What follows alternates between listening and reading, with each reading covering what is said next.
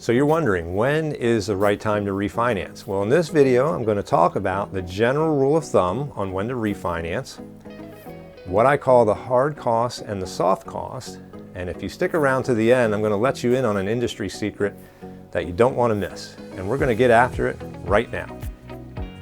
If this is your first time to this channel and you want to know everything about financing a home purchase or refinance, then subscribe below, tap the bell for notifications so you can be the first to know about updates in the mortgage financing world. My name is John Ritter with the Ritter Mortgage Group, and we get calls and emails every day from people just like you looking for help on financing their home, and we absolutely love it. Now, whether you're planning to move in 9 days or 90 days, or you need to refinance, give us a call, shoot us a text, send us an email. All of the information is in the description below so we can help you make a smooth financing decision for your home. So, when is it a good idea to refinance? I have two general rules of thumb that if you hit either one, then it's usually a good idea to refinance. If you hit them both, then it's a no-brainer. Now, the first rule of thumb is if you can decrease your interest rate by 1%, it generally makes sense to refinance. Now, the larger your loan is, the smaller the drop in rate that's required for a refinance to be beneficial for you. So for example, if you owe $200,000, you definitely want to see a 1% reduction in the rate. But if you owe $400,000, it may only need to be a 0.5% reduction. Here's the reason why, which brings us to the second rule of thumb. You should be able to recoup your closing cost in 2 years or less. If it takes longer than that, then you really have to question if it's going to be worth it. The reason being is that on average, a homeowner is in their mortgage for only 5 years before they either sell, refinance, or in the unfortunate circumstances, death or divorce. So the further you push out your break-even point, the more you have to question if refinancing is right for you. Now, how do you calculate your break-even point? What you want to do is you want to take your closing costs, you want to divide it by the monthly savings. So if your refinance costs are $3,000 and you're going to save $200 per month, then your break-even point is 15 months. So after 15 months of saving $200, you will have made back the $3,000, and that's under the 2-year mark. The earlier the break-even mark, the more of a no-brainer refinancing becomes. Now, a quick word on closing costs. When you refinance, you're going to have what I call your hard costs, and then you're also going to have your soft costs. Your hard costs are the actual fees to refinance the loan. The fees from the bank, the fees from the title company, the appraisal, all of those things. Those typically should be under $3,000. If it's more than that, that should be a giant red flag that you're paying too much in fees. Now, your soft costs are not closing costs per se, but it is money that you will have to deal with when you refinance. Your soft costs are the funds that the new lender is going to ask you for up front to pre-fund your new escrow account. See, right now your current mortgage lender is holding your escrow account, and they're paying your property taxes and your home insurance from the escrow account. When you refinance, the new lender is going to take over that responsibility, and they can't start your new account with $0. Otherwise, they're never going to have enough money to pay the tax bill or the insurance bill when they come due. So they're going to do a calculation to figure out how much they need to mimic what you have in your escrow account over here with your current lender. And unfortunately, there's no mechanism in place where one lender can just transfer over to the new lender your existing escrow account. So the new lender is going to ask you to bring that money to closing to put into your escrow.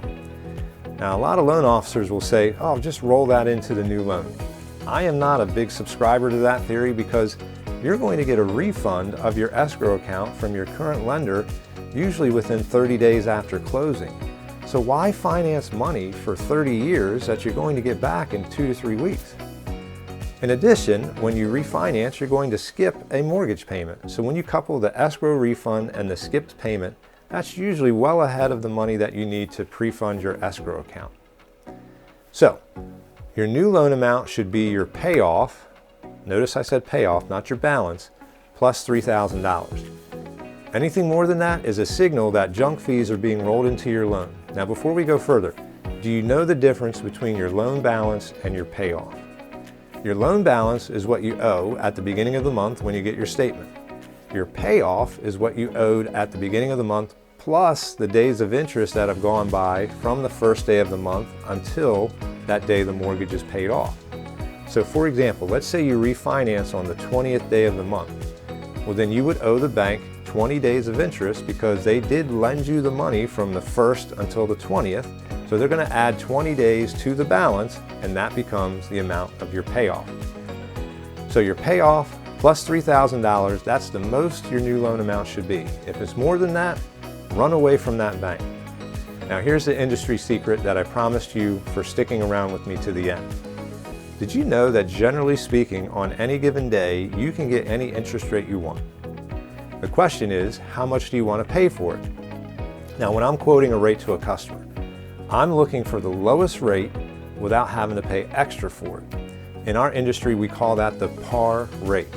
So, for example, let's say today the par rate is 7.5%. That's the lowest rate you can get without paying extra for it. But if you wanted 7.25, well, you can get it, but now you're going to pay some additional fees, typically known as discount points. In other words, paying points to get a discounted rate. If you wanted to go lower to 7%, you're going to pay more of a discount charge. So the lower you go, the more your costs become. But it also works in reverse. If the par rate is 7.5 and you're willing to take 7.75, now the bank will give you credits towards your closing costs. The higher you go, the more the bank will give you because they think they're going to make that money back over time in the extra interest that they collect. Now, if you know you're only going to be in that house for another year, then taking the higher rate and getting the closing cost credit would absolutely be the best way to go. Many lenders will advertise this as a no-cost refinance, but all they're really doing is just giving you a little bit higher interest rate that you could have gotten to offset the closing costs. Now, one last word of advice, a word of caution. Many times I've had a potential client call me for a quote. And in the course of our conversation, they're going to mention that they got a quote from another lender and there's no closing costs. To which I will say, did you get an estimate? Do you know why? Because too many times I've seen people mistake equating that nothing out of pocket means no closing costs. They falsely believe that because they didn't have to write a check at closing to do the refinance, that it's not costing them anything. When in reality, their loan balance just inflated by $10,000. That's how they paid for it. Don't fall into that trap. Now in this video, we talked about the 2 rules of thumb. We talked about hard costs and soft costs. We talked about how much your new loan amount should be, the difference between the balance and the payoff, and how any rate is available every day. If you're wondering about refinancing and whether or not it's the right thing to do, I'll be happy to prepare a no obligation report, what I call a total cost analysis, which is a tool where we can compare your current mortgage, how much interest you have left to pay, and we can compare it to a new mortgage and how much interest you will pay over the lifetime of the new loan to make sure that it's not only money you save every month, but also money saved and less interest paid. You can see it in black and white if it makes financial sense to refinance. We can even adjust the numbers and see what it looks like if you continue to pay the same amount that you have been paying on the new loan, and you'll see how much faster you'll pay it off. Now, if you'd like me to do that for you, just reach out to me. All my contact information is below. And if you found this video to be helpful, please give it a thumbs up, share with your friends and family, and don't forget, subscribe for more mortgage insights. Until next time, thanks for watching.